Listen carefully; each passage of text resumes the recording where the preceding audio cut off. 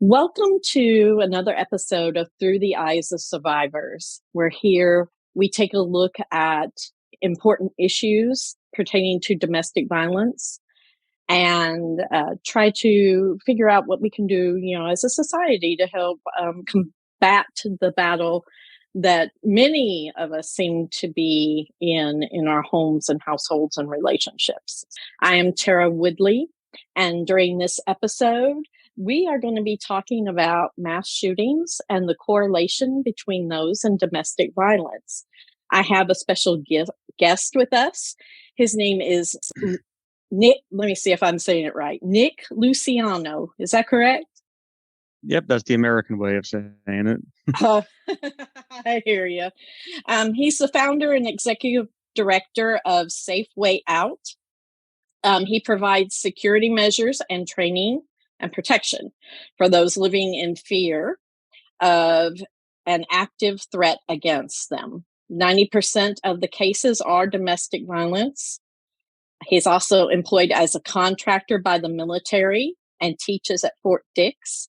One of the subjects he teaches is active shooter response at the Air Force Academy. He also teaches active shooter response at New Jersey Law Enforcement, a course called Top Gun.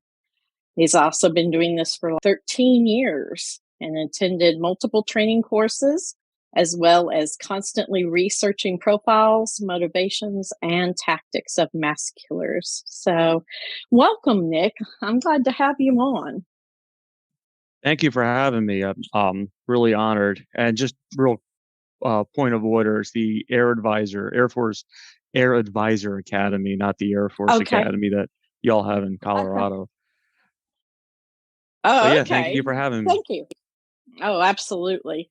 So I know that is something, mass shootings is very much talked about in our society. We see it on news quite a bit, especially with people having their kids go back to school. Of course, they're concerned about whether or not these kinds of things happen in schools. So what's part of the stuff that you go over as far as what mass shootings are and the correlations it has for the public? Well, the Department of Homeland Security has this real formal definition, a random shooting that results in the deaths of 4 or more. No one has been able to actually define it. What was that famous saying when there was a politician talking about pornography? You know it when you see it. I mean, that's right. That's a mass shooting. You know it when you see it. It's usually random, and it could be done from an inside threat, meaning somebody part of an organization targeting that organization or a former member of that organization, or an outside threat. An example of an insider threat would be the Parkland shooter. The shooter had gone to the school, knew the ins and outs, knew the building, knew the people, knew where to go, knew what to do. That's an insider threat. Much harder to combat. And you got the Uvalde shooter, outside, who targeted the school for, God knows what reason. So that mass shooting is typically not targeting, it may target one or two specific people, but it's just very random. It's very random. It's one hate-fueled individual killing random people with the goal of killing as many as possible. I think that's the biggest one, is the goal of killing as many as possible. If a mass shooter breaks into a school, shoots one person or shoots 3 people and then is killed, are they not a mass killer because they only, I hate saying that, but only killed 3? No, because their goal was to kill as many people as they can. So somebody whose goal is to kill as many people as they can without any kind of target identification, meaning some they kill, some they don't, that's a mass killer, plain and simple. Right. And it's very hard, I think, for most of us in society to think that there isn't something that's motivating them or driving them or, um, but I have noticed over the years in my own research and reading that usually there is some kind of background before the mass shooting takes place that has a domestic violence relation to it. So can you talk about that a little bit? Yeah, absolutely. And I'm glad that some organizations are starting to realize this. Um, it was actually several years ago as a professor, and this was actually close to 10 years ago, who started the research in it, and she came up with the concept of incel, involuntary celeb. I can't say the word. I'm tripping up. Involuntarily celebin. I can't speak. Anyway, it was they called incels, or individuals who feel entitled to attention and sexual gratification from women, aren't Mm-hmm. getting it, they lash out. So that's a big motivation with um, a lot of these shooters. The other common denominator is domestic violence. Over half, they've Jillian Peterson, James Densky did a study. There were two professors at a couple of colleges. They said almost 60% of mass shootings had one fatality of at least one fatality of an intimate partner, former intimate partner, or family member before the rest of the shootings. In fact, the last one that was classified as a mass shooting here in Philadelphia, I say here because I'm like 45 minutes from Philadelphia. Andre Mm-hmm. Longmore, he killed. I'm sorry, he was from Philadelphia. This was down in Georgia. He killed four. His first one was his wife. Um, so that was the latest one that just happened. That happened a few days ago. The first mass killing, the one that's really been classified as the first one. Charles Whitman, 1966, killed 32 nurses from a Right. tower in Texas. First one he killed was his wife. Sorry, so that was the first one. That was the last one. And about Mm-hmm. 60% of all those ones in between involved former intimate partner or family member. So it's more, it goes deeper than domestic violence. It's not one of those correlation is implied by causation. Um, Right. from the research is out there, and being that I study every single shooting and the profile of each shooter, what motivated them, or besides hatred, or just having a hate-filled heart, the overwhelming majority of them have just hate women. Your average incel, that's all right, I can use that word. They don't have domestic. Typically, they might not have a domestic violence charge because women don't go around them. They don't live with women. Some of them have killed female family members, but um, a lot of them, luckily don't have the opportunity to commit domestic violence because they can't get an intimate partner, and that's why they feel so much hatred. But if they had the opportunity to, I don't think it's a stretch to say that some of these shooters, if they feel entitled, they're very narcissistic.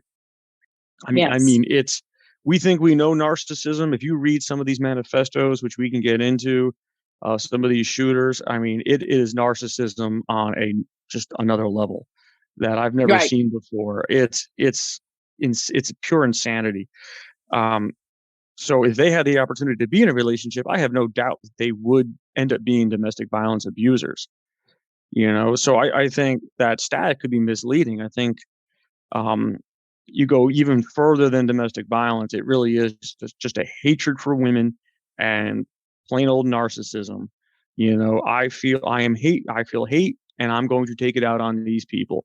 I'm going to end the lives of other people. I mean, that is just the most, you don't get more narcissistic than that. Um, Right. so I think that is the common denominator, and it also happens to be the common denominator with domestic violence abusers.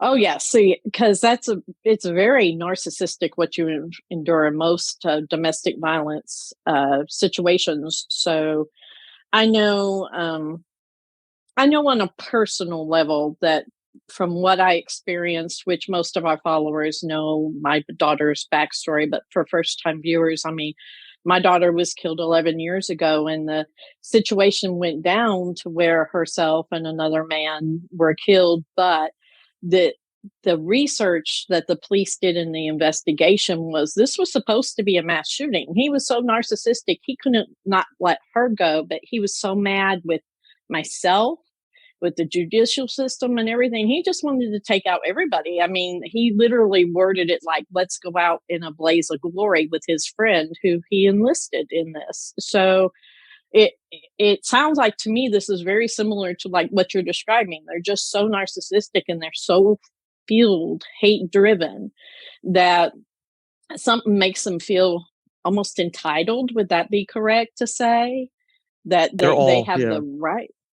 Yeah, yeah. go ahead. They're all entitled, very, very entitled. And the word narcissistic is thrown around a lot, especially recently. Everything's in. They all, it seems to me, just my opinion. You know more than I do, but it seems like people interchange narcissistic or narcissist and abuser, and that's not always Hmm. true. You know, Right. um, but I do believe when it comes to a mass shooter, I believe they're all narcissists. I really believe that. If you read their manifestos or their videos that they post beforehand, um, very self-important, very entitled.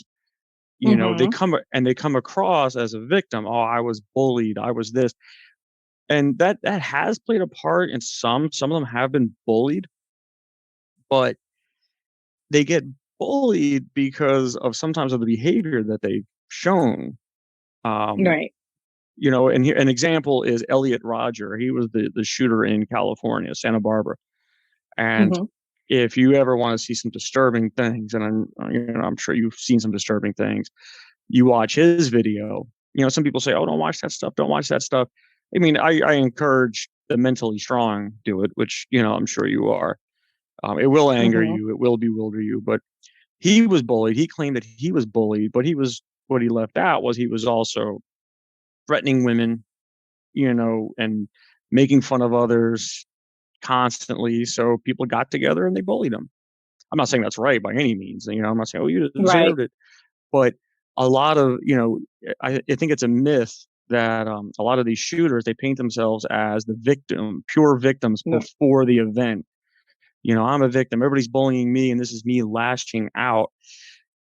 Um, and again, I'm 100% against bullying, and that does play a factor. It does, and there are times where, especially like in a school shooting, where they have been, you know, um, bullied for no reason, and it did start to drive them towards that, down that path.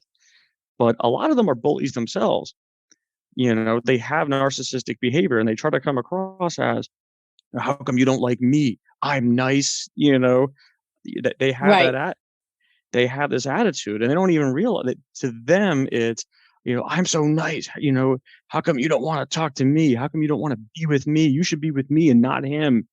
Um, Not realizing that that's actually, narcissistic behavior, and Hmm. it's abusive behavior. And you are a bully. You're pressuring people. You should like me. You should hang out with me. You should date me. Well, why? Well, because I'm quote a nice guy, but are they really? Are they really nice, or are they just narcissists who believe they're owed something? So they all fancy themselves as super nice, who get bullied, and they just lash out, and that's just it's not the case. Hmm. Not as at least not as not as much as the case as many of are led to believe. I do believe in creating a culture, a good positive culture. Anti-bullying campaigns need to be stepped up. We need to stop it at an early age. Absolutely, 100%. And but what builds a narcissist? How does a narcissist come to be one? And we're not teaching young men to handle adversity at all. Right. They can't handle rejection. They can't handle adversity. They just can't. They don't know how to lose right. They don't know how to get rejected right.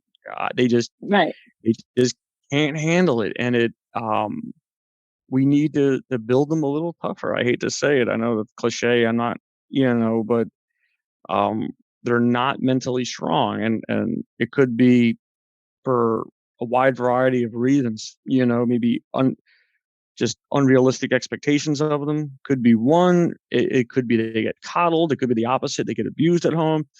It could be a number of things. But for whatever reason, these young men are growing up feeling the world, that especially women owe them something. And well, I'm nice, I should get this, you know, why don't you like me? You should be with me and not him. Mhm. How dare you reject me because I'm so nice and I'm so good? And they get angry over it. I mean, really Mhm. angry, but in their minds, they believe that they are the good guy, and they're Right. not. This word gets, you hear about, oh, they're alphas. They're not alphas. Mhm. They're not. Um, they're they're betas, which is fine.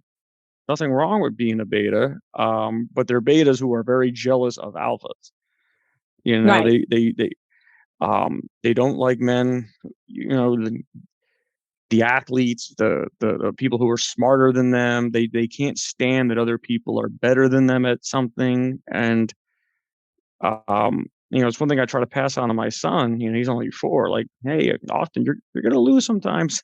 You're gonna lose. Other kids are Right. gonna be stronger. Other kids are gonna be stronger, faster, better than you. It's just the way of things. Um, and it took me a long time to figure that out. Mhm. I remember growing up, I didn't date in high school. And I remember feeling jealous and a little angry. Certainly never to the point where any kind of violence crossed my mind. But I remember Right. thinking that. I remember thinking that, and looking back, I'm like, oh yeah, that was a pretty selfish attitude that I used to have there. Why did I think that these women owed me something? They didn't. They didn't owe me shit. So, excuse me. Um, No, it's so, fine. so at a greater degree, I mean, it's um, that's why I think bullying isn't just the end all be all. I'll stop the bullying, you'll stop mass shootings. I don't think it's that simple. I don't. Right. I I think it's a comprehensive package that we're going to have to apply to try to get these shootings down. But there's definitely a connection between mass shooters and a hatred for women and narcissism. So the only way to Mhm. stop it is to really get to the root of that. Absolutely. Yeah, because I tell people all the time, different people that I talk with, friends and everything, they'll ask me a lot of advice, about children, and because I'm older, and I've been around the block a time or two with children, and one of the things I always tell them is, I don't think I have ever seen that at some level, teenagers especially all have kind of a narcissistic tendency. Children in general, I mean, not a bad thing, but they're just very everything's them, them, them, them, them. And you have to help your children realize, gain that knowledge, make that self determination that it's not always about them, and help them grow and learn from that so that you're not raising total adults who are narcissistic. And that's one of the things I do kind of preach about, that if you want to help abuse, you've got to start at those ages, at that level. It's not just about, just saying no to your dating or your friend or your, by those times that stuff's starting to get ingrained. You got to help them before that. But as you were talking, I was kind of thinking in my head, the question, like, um, is there like a correlation because of like fathers not being present? Is that maybe part of it? Do you know? Or as far as like these young men being these narcissistic and the hate filled and stuff, is that any kind of factor into that? I believe it could be. I would say, instead of as opposed to the father physically not being there, just not having Hmm. a good male role model, I definitely think Okay. I plays a huge part Hmm. in it. Um, Not teaching them how to fail gracefully is a Right. big one. It boils down to resiliency. You will never see, ever, you will never see a strong, resilient person become a mass shooter. You just won't. You Hmm. won't. Uh, you'll never see it. You'll never see somebody who knows how to has it, who gets rejected from a job and can take a breath and say, okay, next job. You'll never see Right. somebody who gets dumped by a girlfriend, even unfairly, who's done everything right, who is sad and maybe even a little angry, but says, okay, well, I'm going to move on from this. And that person becomes a mass shooter. You just won't see it. Um, they're the ones who couldn't handle losing in Monopoly when they were 9 years old. I mean, and then I'm not saying that's an indicator, all right? A lot of kids have trouble, losing. My son cries when he loses. Oh yeah, I It's still don't like to lose, yeah, no one likes but to I lose. know how to. Yeah, Yeah, I mean, there's absolutely. that saying, like, you show somebody who likes to, who's okay with losing, and I'll show you a loser. But it's somebody who can bounce back from it, which is what Right, resiliency is. It doesn't mean that they're okay with losing, and they're not okay at all. In fact, losing motivates them to do better, to be better, or to self-reflect, and that's resiliency. And we're not seeing that. We're not seeing that be taught. We're not seeing that get incorporated into sports or groups, school, work. We're just not seeing it. It's, you are special. Everybody's special. Look at me, and we've become, okay with that. But the problem is when that person who their whole life is told, you're so great, you're so great, you're so great. First time they get met, this is, people are like, oh, you're just talking, they having like this old school mentality. I'm not talking about what, like my kids were raised, they were getting hit. It's got nothing to do with that. But right. um, it has everything to do with if you're told, imagine being told your entire life that you're just this amazing person, that everything you do, everything you touch is just, turns to gold. And then, and even though it might not be 100% true, and then one day when you're older, much older, you get rejected. You lose a job. You get fired from a job. A woman rejects you, for almost no Hmm. reason, out of the blue. A girl ghosts you on it.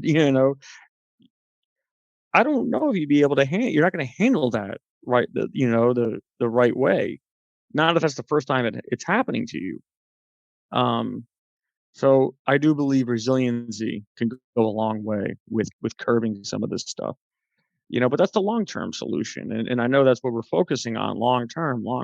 But I think the short term gets ignored. How do we Right. stop it? All this is all well and good. Hey, teach your kids to be tougher. As people could, you could say that, but okay, but what does that have to do with right now in America? And this is scary. There's a man, because it's mostly men, plotting a shooting event. That's happening right now as Hmm. we're talking, and that's scary to think about. He's got access to a gun. He's probably made threats. He's probably stalked. He definitely has left breadcrumbs. How do we Right. stop him right now? It's too late. A ship has sailed as far as, resiliency training and learning how to be rejected and accept, and to lose gracefully and all that. That ship sailed with that individual. How do we stop that now? That's the Right. question. Absolutely. I think that's a good thing to pause for a minute here, and I'll have a word from our sponsors, and then we'll come back and talk some more about where do we go from here. We hope you're enjoying this episode of Through the Eyes of Survivors. We wanted to pause for a moment and let you know that Through the Eyes of Survivors has a shop now open. And this is a great way for you to not only help survivors of domestic violence, but also let everyone know that you will not be silent about this important cause. From t shirts to bags to coffee mugs, we have so much to choose from. To grab your swag, head to our store at breakthesilencedv.org. That's store.breakthesilencedv.org. We can't say enough about how much we appreciate all that the community does to help support us and this organization. So we hope you've enjoyed this episode and continue to subscribe to future episodes. Thank you. All right, we're back through the eyes of survivors, talking with Nick Luciano, and so we left off talking about what do we do now, like what are, because that's what people are really eager about, right? All the time is like they want an immediate result. So you see things like our legislators taking um, some of it into their hands by doing red flag laws and different kind of legislation. Do those things really help in these incidences, like prevention wise? They have, but not as strong. So federally, there's a law. You can't get a gun if you've been convicted of domestic violence, the Lattenberg Right. law. So, there is that. And I believe it's 17 states now have red flag laws where they can confiscate your guns if something happens. Right. I know here in New Jersey, strict gun laws and all that. I know of one case where an individual threatened his family. They came, took the guns away pretty quickly, and he had to go through a lot to get them back. But there was a Hmm. process set out for him to do that, and he got them back. I'm not gonna lie, it surprised me. Um, and be honest with you, if it was somebody came up to me and said, "Hey, Nick, do you think he should have his guns back?" I'd say, "No." I mean, I'm all for rights, but if you just ask me, just nah, I don't want him having a gun. I just don't. And that's here in this state, which Right. it surprised me. So there is ways to give them back.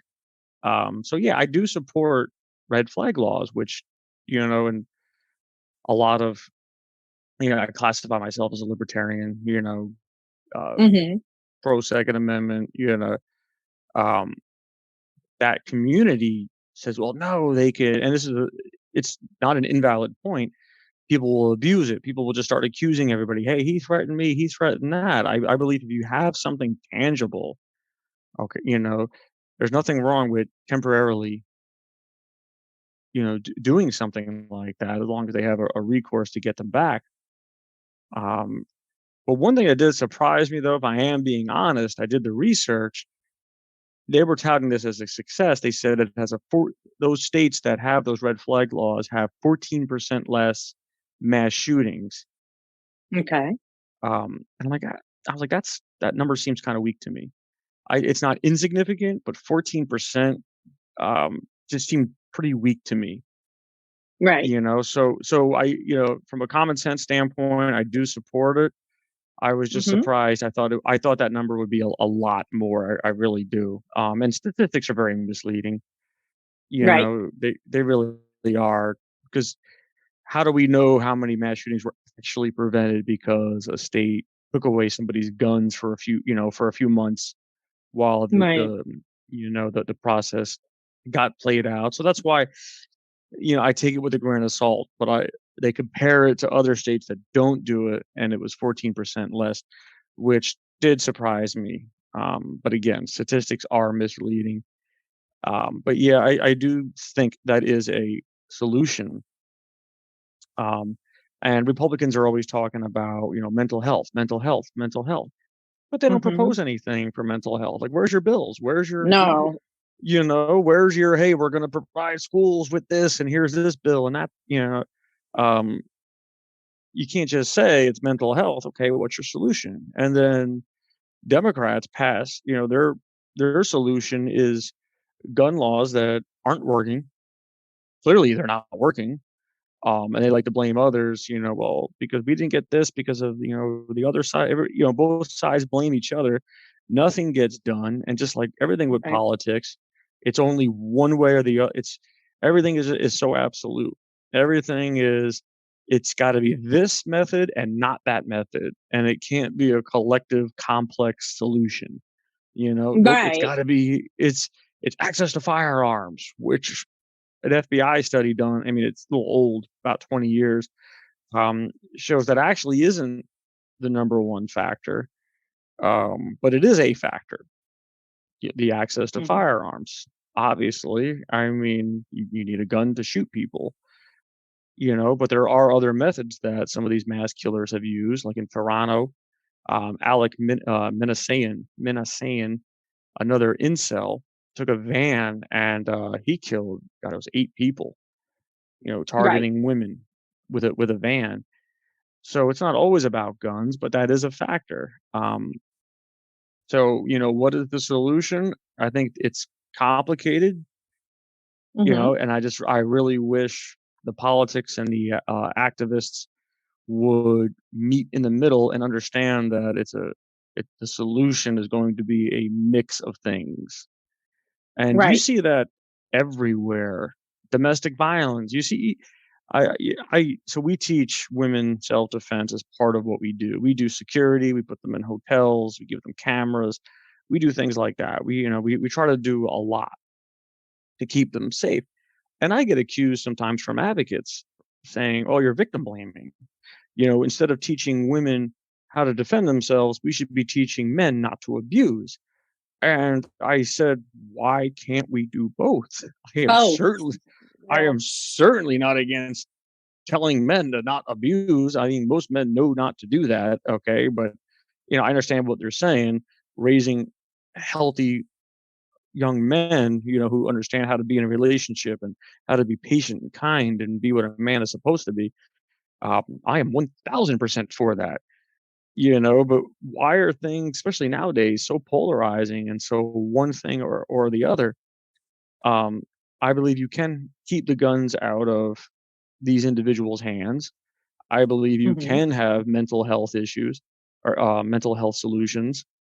Um, Mhm.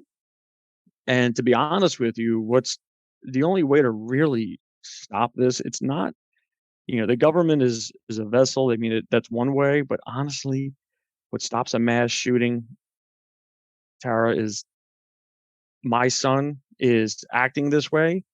Okay. I need to be educated on the signs and I need to lock my guns up and I need to get him mental health. It's us, Tara. It's us that stop it. Right. It's not going to be the police. It's not going to be the president. Clearly it's not going to be the politicians. Clearly it's not going to be the police. Mhm. It's not. The police have to follow all kinds of rules. They can't just confiscate guns. But you know what?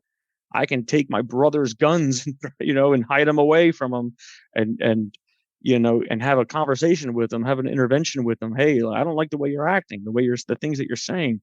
Um, we can intervene, we can stop, and it's really up to us. We have to be these little sensors. I'm not saying it's fair Right. or right, but we got to be these sensors all over the country. When we see something, we act, we say something. Hey, this individual is acting this way. I'm going to go talk to them. I'm going to get into their heads. I'm going to find out what's going on with them. And then do they have access to firearms? Do I need to Mhm. keep talking to them? We're it. And it starts with education. Do you recognize this behavior, this hatred towards Right. women, this narcissistic behavior, the incel behavior, the domestic violence, again, the narcissism and the access to firearms and the hatred and the stalking and the plotting? Are you recognizing this in your child? Are you recognize this in your friend? Are you recognizing this in your brother, your cousin, your coworker? Are you recognizing it and are you reacting to it? Are you responding to it? And like, well, what do I do? One, if you can recognize it, that's step one. Second one is Right. responding to it. Simple conversation. Start the conversation pieces, you know? Mhm. And if it goes it gets to a spot where it's too dark for you to handle, okay, you get it documented, text, email, you know, get, hey, show me what you're saying in these online groups or what did you threaten that girl for, right? And then you collect Mhm. evidence, you turn that in, that could possibly get them detained, their guns temporarily taken away, and get them the help that they need. But you don't start off with that. You start off as a friend. You try to get them help. Um, I believe that's the only way to truly stop what's coming. That's it. You can legislate things to death. You could ban every gun in the world tomorrow. Right. Cool. That might have an impact 20 years from now, as guns slowly start. But right now there's 300 million guns out there. They're gonna go somewhere. What is stopping that shooter tomorrow? So Right. it's us. We stop the shooting tomorrow. It's when Mhm. somebody makes a threat. A lot of times these shooters, they tell somebody, I'm gonna shoot a place up. Right. Well, what am I Mhm. supposed to do? I didn't believe them. Believe them. Pretend that it's going to happen. Somebody tells you, I'm gonna Right. shoot this school up. I'm gonna shoot my old my ex-girlfriend up. Believe it's going to happen. And what would you do? What would you do? You do Right. whatever you can physically, emotionally, mentally, get them to stop, intervene, talk to them, and then escalate it to the authorities, and then call the person or place up and say, if they don't want to deal with it, well, we can't do anything until they act. Fine. I'm going to call places up and say, look, so and so made a threat. He's going to shoot this school up. Lock it down, cancel school, tell people to be on the lookout. Like, well, that's just kicking the can down the road. It stopped them today. That's right. Get the word out. Get the word out. Uh, Nobody wants to do anything anymore. Nobody wants to, when they see something, nobody wants to say something. Nicholas Cruz took an Uber at 10 o'clock in the morning to his school with a big giant duffel bag full of guns. You're telling me, the driver, I'm not qualified. What do you mean you're not qualified? You don't have common sense? Who's going to school at 10 Mm-hmm. o'clock in the morning? Who's got a big bag, a long bag, that you hear guns make a pretty distinct sound inside of a bag with the magazines? You're telling me you weren't just a little bit suspicious? So people don't, and the same thing. And I think the reason I'm bringing all of this up is it's the same with domestic violence. We see it, we know it, and we don't say anything. We don't report it. Absolutely. We don't intervene. Oh, people are still thinking, oh, it's a family issue, or oh, I'm friends with that guy. He would never do that. Mm-hmm. Um, and people are just too scared to intervene. So really what it comes down to was us having the courage to speak up. For all just to, something like that could prevent a mass killing. It has happened. It really has. So I think that's also part of the short-term response is just people being aware of it and Right. understanding this connection, the hatred towards women, the narcissism, the domestic violence, um, that connection with mass killings. Once you start to see that, it's more than just a relationship issue or somebody's family issue. It could have really big consequences. You got to intervene. Right. Absolutely. Because I'm here to tell you, like I said, I have some experience, even though it didn't turn into a mass shooting. My daughter's incident could have very easily, that's what they planned on it being. So um, I got my chance in court to say to his friend who was still alive, who didn't commit suicide, if you wouldn't have gone and gotten the gun for him, if you would have said no and drawn the line, we wouldn't be here today. My daughter wouldn't be dead. His mother met them after they killed Chad and saw the bloody car. And she asked them what happened. They told her they had killed Chad. They were going after Ashley. She didn't turn them in. She gave them gas money and beer and cigarettes and sent them on their way. This is the type of thing that you can prevent if you would say something. And sometimes people are too busy trying to protect their loved one, or even they're afraid of their loved one. I have seen that before too. They're afraid to do something, or they're afraid to be rejected, because I know also in our case, they posted the picture of the gun on Facebook the night before, and we saw it the next morning. We reported it to the police, and they told us they couldn't do anything about a gun on Facebook. So people get very confused, I think, on what to do, what not to do, how to handle this, and there's such fear surrounded around it. But I think we need to break that cycle and just speak up. Uh, I think that's part of the problem, as far as like from what I have seen and experienced. Uh, I don't know. So you like I said, you've studied a lot more of this than I have, but um, I know a lot of these families live in fear, correct, to report their loved one because they've been threatened as well, parents and stuff, if they're younger children and everything. So how much of a role does that play? Like that they just don't seek the help because they're in fear. Oh, a big part. Definitely a big part. Fear, um, denial, Right. 100%. Um, you know, if I turn this person in, what if it turns out to be nothing? So fear of being wronged. is also a Mhm. fear? Or what if it is something, but the cops can't do anything? He gets released, they kill me. Right. And that's a very real, you know. Here's the thing: I highly encourage communicating with law enforcement, cooperating with law enforcement, and using them. But that is just one tool. And Right. I hate to say it because it shouldn't be this way, but you are responsible for your own safety and your own security. Mhm. And I know, and it shouldn't be that way. It really shouldn't. But unfortunately, it is. Cops can't do anything about a gun posted on Facebook, and they never will. Mhm. They're not gonna change the law saying, and even if they could, it's not happening tomorrow. Right. Here in New Jersey, Carol Bound, who was murdered by her ex, he had made all kinds of threats, and told her he actually texted her the date he was going to do it. And Mm. I actually, I'm friends with the family. I became friends with the mom through this work that I do here. And, I got to read the text message. It was a pretty overt threat. I mean, it didn't come out and say, "I'm going to kill you on this day," but it was something, "Such and such day, this will be the end." It was pretty obvious what he was doing and what he was saying. She went to the Oh, yeah. police like, "Look, look, this is," and like, "Sorry, we can't do anything." Mhm. And, what are you gonna do? You're gonna try to get the law changed to where they can act? That's great. Maybe you'll be successful. How long is that gonna take? Hey, somebody makes this kind of threat, you know, there's this new law that you're gonna be detained for 2 weeks and your guns are gonna be taken away, you know? Mhm. I would support that 100%. In the Right. meantime, or even if that is a law, even if they, some of these laws, even the good laws, I should say, don't always get enforced. A great example of that is Devin Patrick Kelly in Texas. Killed 26 people. 26 people.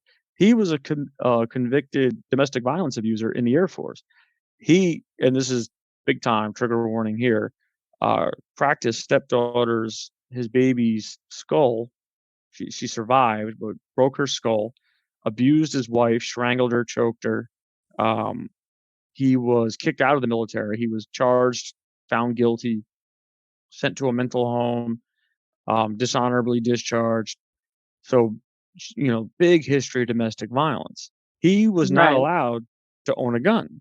He was barred from ever buying a weapon. The Air Force failed to input it into the national criminal system. They failed to to put that in. If they had, Right. he would not have been allowed to buy his rifle. So he walked into a store, bought a rifle. They did a background check on him, and nothing came up. Nothing came up Right. because they. So, and then he went into a church, targeted his ex-wife's family, Right. and a lot of other people. And this person, the system was designed to stop him, to prevent him, and it failed.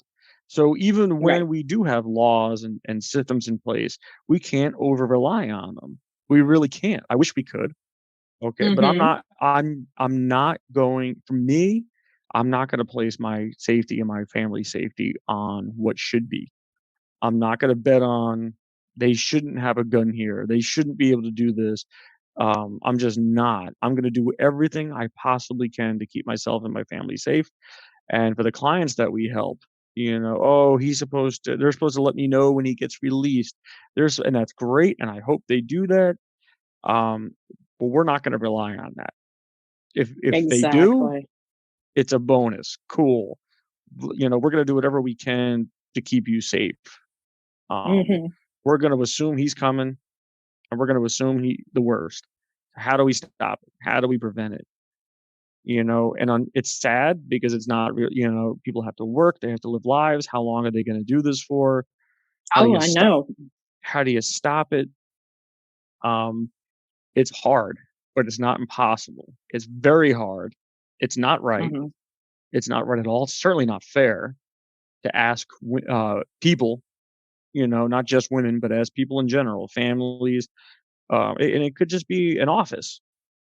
You fire somebody who's made threats. Hey, I don't like this person. They demonstrated that they hate women, or they've showed this other behavior. They've made threats to people in the office, and you fire them.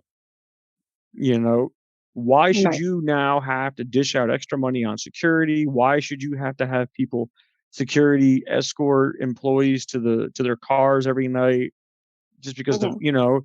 what are you supposed to do? Not fire somebody who's making these threats and making people feel uncomfortable? Of course not. You should have that ability to.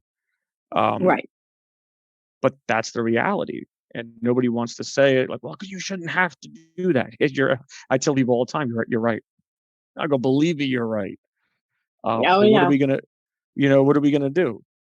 What are we gonna do? Well, I shouldn't need security to walk to my car, you know, so I'm gonna walk to my car on my own, because I'm not gonna live in fear, and he shouldn't do anything. Um, Right. and the same thing goes for a potential mass shooter. Is like, look, you're right. He shouldn't have access to a gun. He's got this domestic violence charge. He showed this type of behavior that we've been talking about. The cops aren't going to do anything until he actually does something. So we are in charge right now. What can we do to make ourselves safer? Is there anything we can do? Can we have somebody even run a third party interference with this individual, talk to them? Even if Mhm. it's not a professional, but is there a friend, a trusted associate that would talk to them? Right. Can we find that out instead of just discarding somebody and say, hey, screw you, you creep. You're not allowed here anymore. Is there just take a multifaceted approach towards your safety and security? Um, I mean, imagine you had somebody that could talk to an abuser, a trusted associate who would be willing to just simply talk to them and, Right. try to get them to dial it down a few levels, to get them to calm down, to get them to get past things that have happened to their perceived slights that's happened to them. Is that possible? While at the same time upping your security game, being aware of your surroundings, and um, you know, being in contact with law enforcement, looking out for those things. That's what I mean. It's a multifaceted approach. It's complex. It's exhausting, and it shouldn't have. We shouldn't be here, yet we are.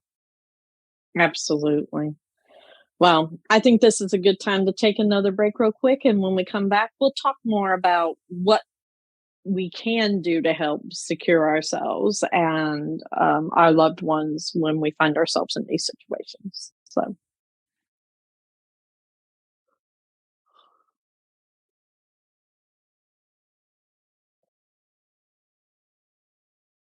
all right. This is Tara, and we are back on Through the Eyes of Survivors. So, we were talking with Nick here about security and securing yourselves. And I just wanted to interject here like, I know when my family was going through it, we were doing everything we could as far as what authorities were telling us to do. We thought we were helping to make her secure.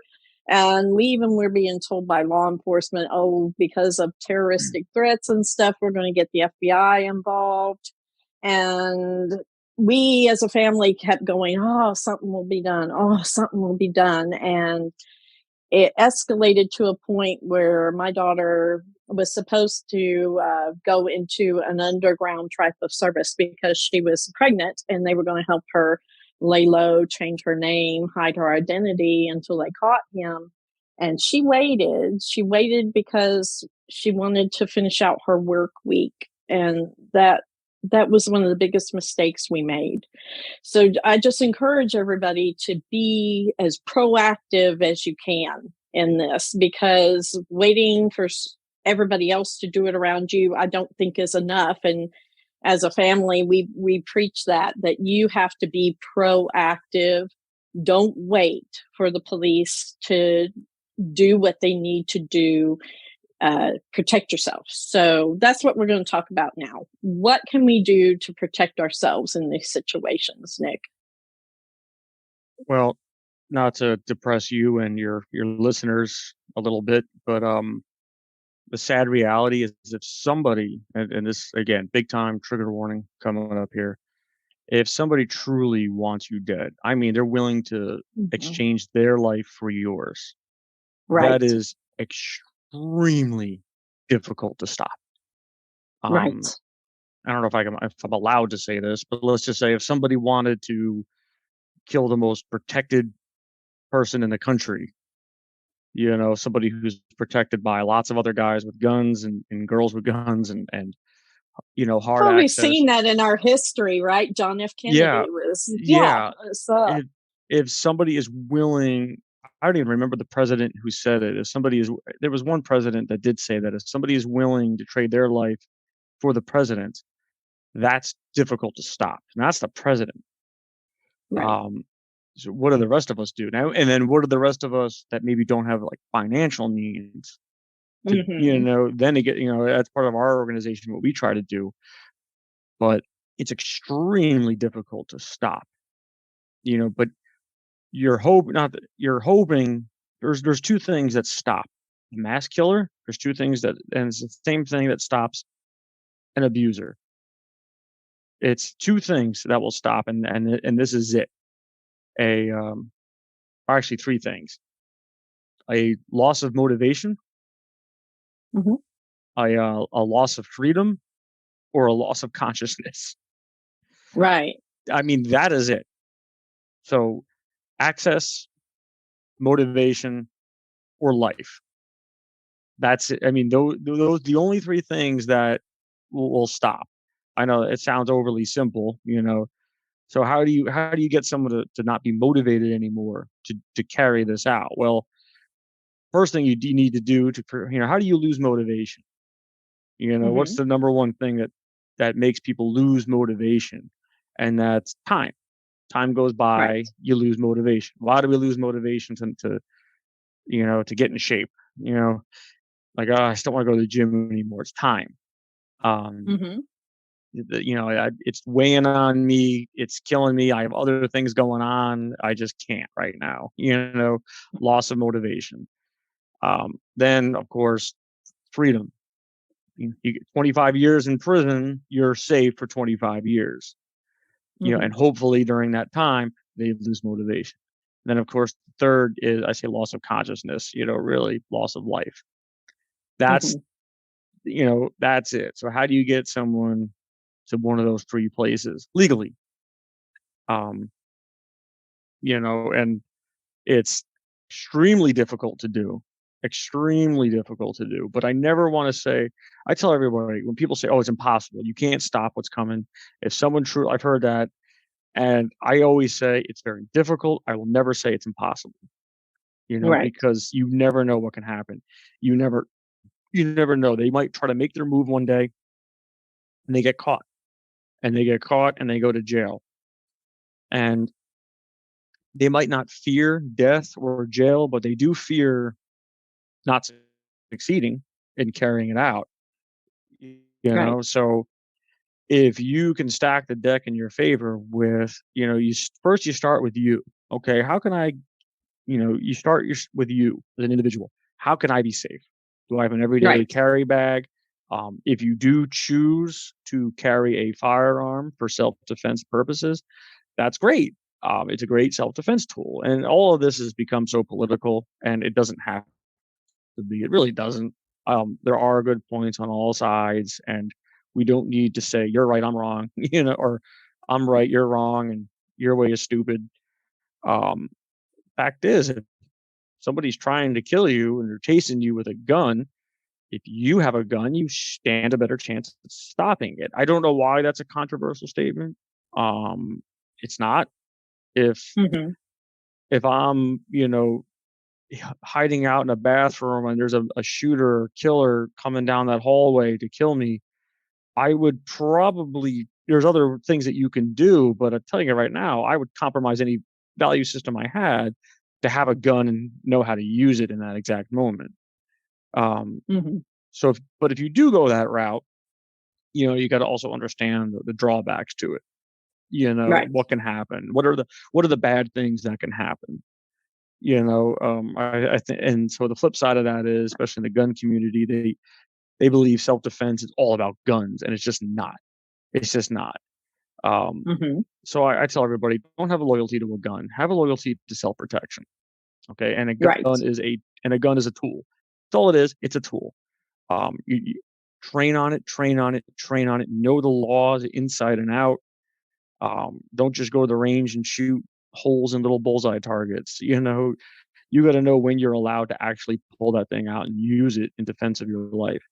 Um, you got to really understand, what's around your target, behind your target. There's so many things that go into it.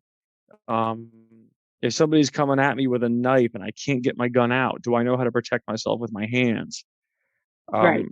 So a lot go. I mean, there's so many things that go into owning a gun and carrying a gun. It's not just, oh, I got a gun, I'm safe. Um, I'm gonna walk to my car and I'm not gonna look around because, hey, I got a gun. Who's gonna mess with me? Um, Right. there's a whole mindset that has to accompany if that's the route that you take. Um, but so that could be one, for yourself, that's one item. Then you've got other items that you can carry, pepper spray, tasers, again, check the laws, know what you can carry, know where you can carry certain things. Um, know how to handle yourself. I tell everybody, if you can take at least a couple of self-defense classes a month, it's a good start. Right. So starts with your physical fitness level, then your situational awareness. That's Mhm. more to me, situational awareness is more important than even knowing how to shoot a gun. If you're on your Oh, yes. phone, um, if I pull up to a spot and I'm not paying attention, I just pull into my driveway, for example, and I get on the phone and I'm not looking around, you know, just totally in my own little world, zero situational awareness, and somebody just walks up to my car with a gun. What good does all that training with a gun do? Nothing. I put Mm. myself in a bad spot. Well, I mean, he put me in a bad spot doing what he did, but I didn't set myself up to react to it because I had no situational awareness. And the Right. problem with that, Tara, is it's exhausting to always be that way. If Yes, it if you're is. doing it w wrong, and, a lot of domestic violence survivors or people who have been threatened, who have been around these mass shooters before they carry out their attack, um, guys like, drawing a blank here, but, uh some of these shooters who've made threats and I'm going to kill you, I'm going to kill you. Like, oh my God, we're scared to death of this person. Connor Betts, that's what I'm talking about. The shooter in Ohio made threats to his classmates. What do I do? Um, so everybody they see is a threat. I saw a movement behind that bush. Oh my God, is this it? And the problem is, if you're living this life, what I call in the red, um, you're you're going to eventually burn out. And Right. unfortunately, a lot of domestic violence survivors are living in what's called the red. Mhm. Now, we use something called Cooper's color codes for situational awareness, and this is important. This is more important than anything else.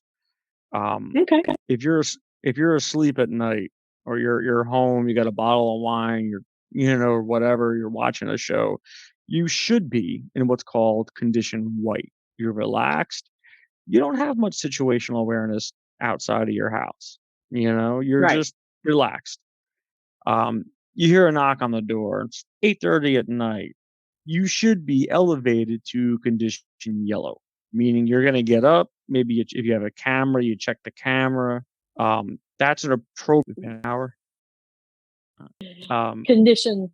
so somebody You pounds on the look through the door. peephole, that kind of thing, Yeah. right? And then they start pounding on the door. Now you go to condition amber, which is a level above yellow, where you're on your feet, your phone is in your hand, or your self-defense item, if you have it, is in your hand. Maybe you're retreating away from the door, going upstairs or another room, you know. Um, then all of a sudden the door breaks down. Now you're in condition red, which is what's known as the fight or flight. Really, it's about your heart rate and your awareness. You get tunnel vision, and not all tunnel vision is bad. If someone were to attack me with a knife, I want tunnel vision on him and that knife. I don't need to know what's going on across the street.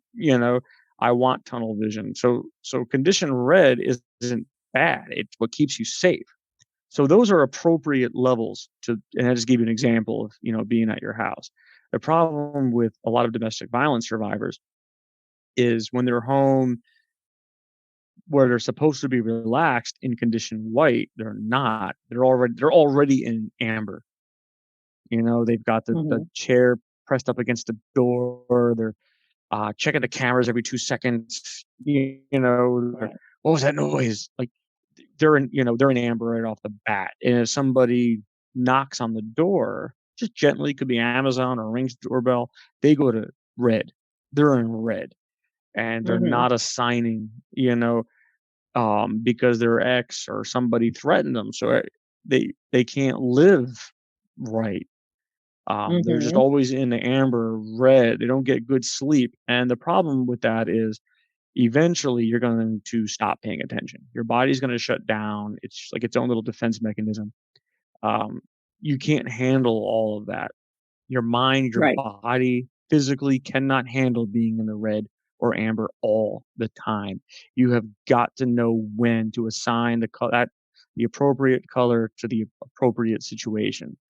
And there's a flip side to it. If somebody's pounding on the door and I'm still in condition white, maybe I don't even look at a camera or a peephole. I just open the door. That would be a condition white response. Does that make sense? Hmm. You know, um, so understanding those color codes and knowing people think like, what is this guy talking about? Color codes. I'm not thinking about color codes when some danger is happening, but if you have a general awareness of how you should be responding, what's healthy, um, that will save you. That will save you. And if you know that, if you think, well, oh my goodness, because of this incident, because I've been threatened, right now I'm hearing any little noise and I'm shooting up to red. I Right. know that if I do this, if I keep doing this, eventually I will fall into the white all the time because my Hmm. body will just shut down and I'll develop this sort of fatalistic attitude. Well, if it happens, it happens. And that is what gets people killed. That's how you let your guard down because they think, well, I can't be on alert like this. So even if you are being threatened, you got to know when to be in those lower colors. You have to. You have to. Hmm. And easier said than done. But the reason I bring up the colors is just for extra motivation to try to get there. Um, Right. so people know, hey, I need to, my doors are locked, my windows are locked, my security system is on, I got my self defense tool nearby, I know where my phone is, I got a go bag over here, I've got the camera, whatever. I got all of that set up, and now I'm going to pour a glass of wine and watch Game of Thrones and relax. I'm going to close the blinds so people can't see in. So I've set myself up. I'm not having unlocked doors and open windows. My garage door isn't open. You know, I'm set up, but now I'm gonna relax, and I need to because tomorrow I'm going to work for the first time since this happened. He knows where I work, and I need to be on alert for the drive into work. So you Right. got to know when to assign those. When it comes to a mass shooting, so let me backtrack. So if you are that domestic violence survivor, you're being stalked, you got to know, okay, if I'm him, when am I most vulnerable? And for a lot of them, it's from the car to the house to the car. Absolutely. Yes. Unfortunately, I mean, because that's that zone of predictability. You're not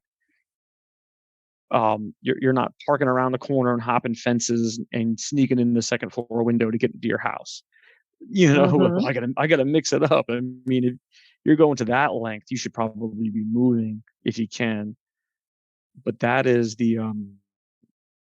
that is your vulnerable area. So that is when you need to now go from that few minutes to be in the amber, or red, like really be on the lookout. Okay, so how do I, maybe before I come home, now I check the cameras real quick at the light down the Right. street. Now I make sure that I'm not being followed, because I have this threat against me. So now I am going to be a little bit more elevated because I'm approaching that zone of vulnerability. And, when I pull in, I'm going to back in, I'm going to look, I'm gonna have my vehicle in drive, my foot on the brake. I'm gonna look. I got my keys.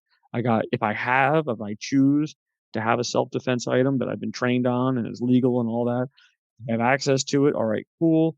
There's my house. There's my door. I'm gonna get out. I'm gonna stay off my phone. I'm gonna get to that door. And I'm gonna go inside. And I'm gonna lock the door. And that time period is when I'm gonna be on alert. And then once I'm in and I'm set up, I'm going to now, Mhm. because I need to. I need to know when to do it. Same thing goes for to counter a mass shooter. You got to think where do mass shootings physically happen? What does a shooter need, besides a gun, or a weapon? They need access to you. Um, Doorways. You don't hear about shooters climbing through windows and, the HVAC system. It's entryways. So Right. same thing. You're in that little area, that's when you're on a little bit more alert. When I go to the you look at mass shootings that take place at food stores, for example. Where do they first start? It's not back at the frozen meat section. No. It's in the entryway. It's on the approach to the where do they park? They don't park their vehicle like everybody else looking for a spot. They just stop near the entryway and they get out.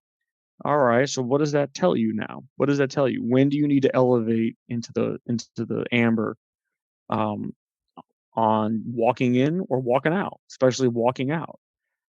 That the shooting up in Buffalo, there was an 18-year-old kid walking out of the store with his earbuds in, didn't even hear the shooting. Somebody had to pull him down. Um, so same thing when it goes for a business or a school, it's the entryways. You know, Right.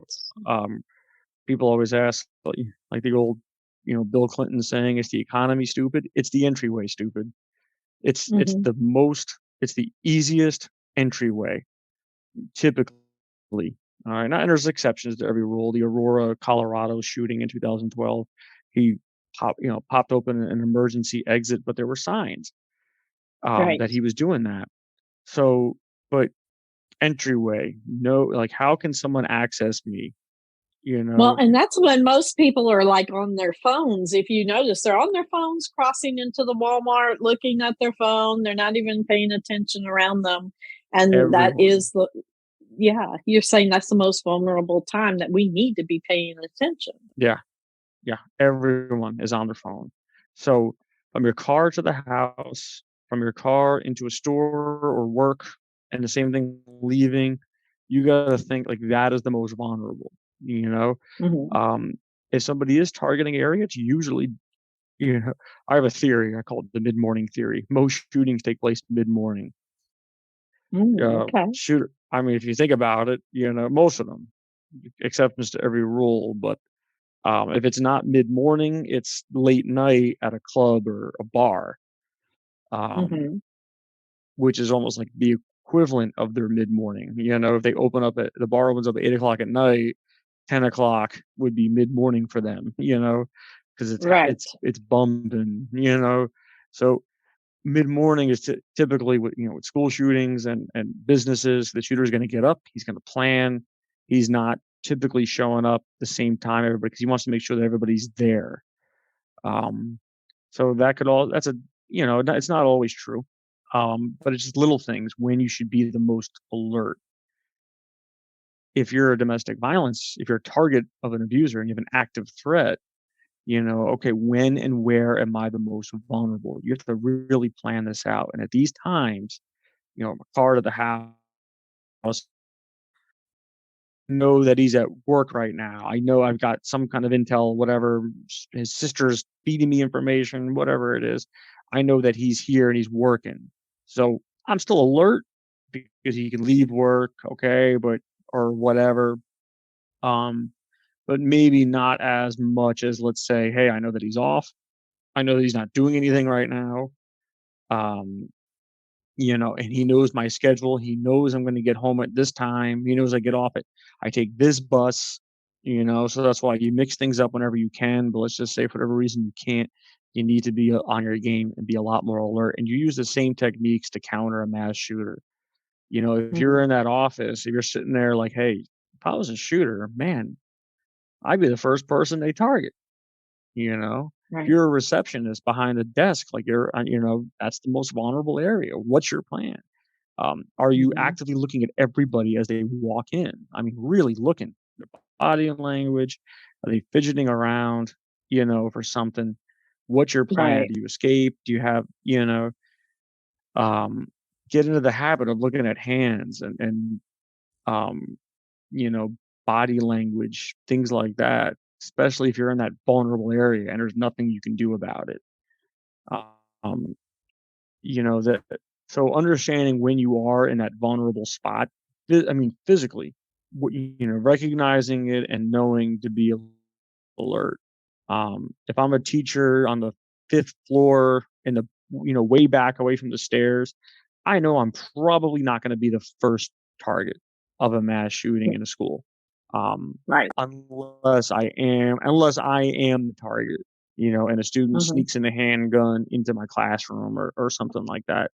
Um, so I'm not. You don't let your guard down because that can happen, but all right, hey, we're the front office. This is the only entryway into the school. W- we're it. What are the entryways to the school? Let's just simply pay attention to them. And if we see something, we lock the school down, or we escape, or we employ our self defense measures, whatever. Um, and the same thing goes for a domestic violence survivor. But Mhm. and just like the insider attacks for mass shooters, somebody who worked at a building, somebody who went to the school or does go to the school. Those are insider threats. Those are insider attacks. Domestic violence Right. is an insider attack. This is somebody who knows your Yes. house. They know your patterns. They know your family. They use things against you. You got a plan for that. Okay, if I'm him, how do I target me? He know? Does he have the garage code still? Did I change that? Does he have a Right. key to the back door? Do I, shit, he knows that window in the back there is broken and we can't lock it. And we've been, they know those vulnerabilities. So now you need to plug in these vulnerabilities and be aware. And it's exhausting. How long are you going to live like this? Right. And the goal is, hopefully they lose motivation. And I hear a lot of, he'll never lose motivation. Well, then that means you can't either. um, until you save, until you can invent a whole new life or give yourself some kind of out. Eventually he's either going to lose motivation or screw up. That's going to get him Right. detained. Um, and it's sad. It just breaks my heart with some of these women. And I'm obviously don't need to tell you to see somebody Right. living in fear is the worst. It's like seeing Yeah. somebody dying of cancer. I mean, it's just so undeserved. And Mhm. you get one life, and these women are living this scared. It's just the absolute. It's so unfair, because they didn't deserve it, and it's exhausting. It's exhausting to live this way.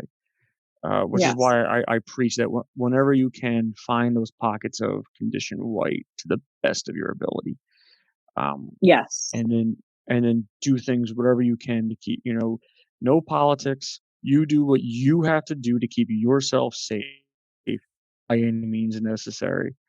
Um, Forget about, I tell everybody, anything you thought before, abandon. One group is Mhm. going to tell you this, another group is going to tell you that. Screw them all. They've all got agendas. They all have Right. agendas.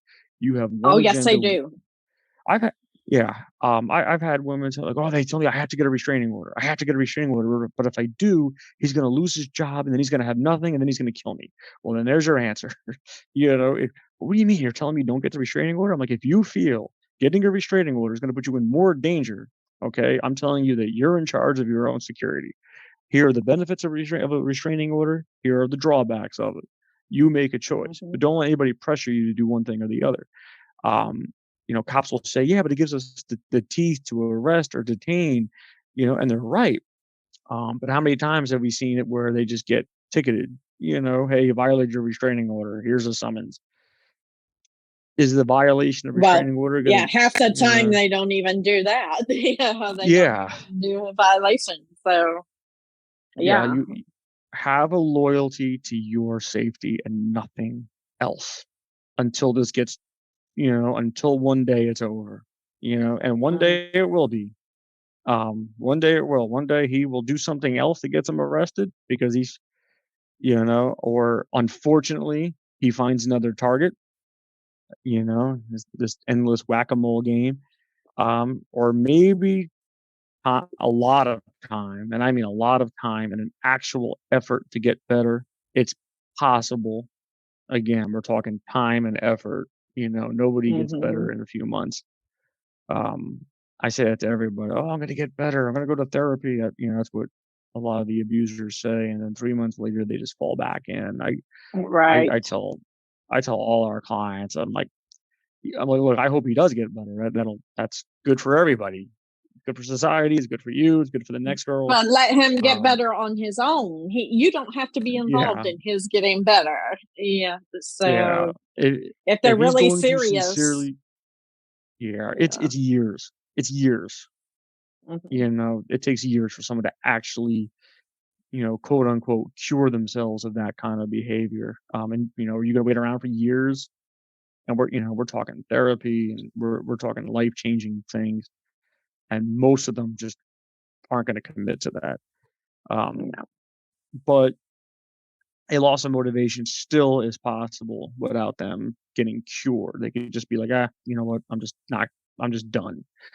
You deny them access. They get frustrated. Okay, this isn't going to work. That is possible, and I have seen it. I physically have seen that. So I know it's possible, but it's not always the case. Some of them are just relentless. I knew a client where this guy for 20 years stalked, harassed, and occasionally attacked this woman in and out of jail. You know, you hear the stats. Oh, if you can survive more than 1 year, you should be, 20 years. I helped her the best I could. But she was just, mentally just drained. I But imagine she is so. alive. Yeah. She is alive, and I know that she's had good moments, you know? Um, it's sad you only get one life, but you do the best you can with what you have. That's really all you can do. That's it. Yeah. Absolutely. Well, this has been really a great conversation, and I know we're running over on our time, but is there anything Sorry else, about Nick, that. that you'd like? No, you're good. You're good. But is there anything else you'd like to include for our listeners before we let them go that I you want really them to be appreciate aware you. of? You just have a loyalty to people's safety, and Hmm. and nothing else. Support one another. It's even folks that think, I'm an advocate, I'm this, I'm that. You can still find yourself um inadvertently not being supportive of somebody. Right. I worked with somebody who was a great guy. We were friends. We really were. I really enjoyed we were let the jokes, the camaraderie that we had. I work with the military. Um, I considered him a good friend. One night out of nowhere, he choked his wife and almost killed her. Oh, And wow. Yeah. yeah, and here I am, one of his and I was just, and everybody I worked with, because he was such a likable guy, went and, they even saw him in jail, and he reached out to me. He's like, "Oh, I'm not a monster," and I just didn't know. I was like, "Man," I go, "You're you kinda are," and I didn't know that, and it was tough for Hmm. me. And they were like, "Oh, poor you." I'm not saying poor me. Um, I'm saying it was tough for me because I felt for his wife. I felt Hmm. just, pure sadness and concern for, and here's somebody who, I really trusted. So you got to have that mental courage to say, no, like I'm not going to support you. You Right. are an abuser. You are an abuser, and I'll support you to get help. But I don't believe you should be with this person anymore. I believe you should separate from this person. You will do it Hmm. again if you don't get help, and she needs to leave you. you know, Right. and and that's hard for people. How do you tell your son that? You need to leave your wife, Right. and you need to leave her alone, and you need to get help. It's hard. It's hard. So I Hmm. certainly empathize with it. But if you do see it, it's all about mental strength, having the courage to speak up. The same thing goes for somebody showing these behaviors of hating women, narcissism, threats. access to firearms, mental illness, have that ability to intervene. Don't put yourself Right. at risk. Do not put yourself at physical harm. You could do it remotely. Hey man, how you feeling today? With text, what's going Uh-huh. on? And if you need to escalate it, you escalate it. They don't have to know it was you. But intervene. You could be the thing that stops it. Absolutely. Well, thank you so much for coming on. And we thank our viewers for being a part of our podcast. Please like or share the podcast with everyone you know. Check us out on Break the Silence Against Domestic Violence, our website and our Facebook platforms. And we will see you next time. Thank you. Thank you, Tara.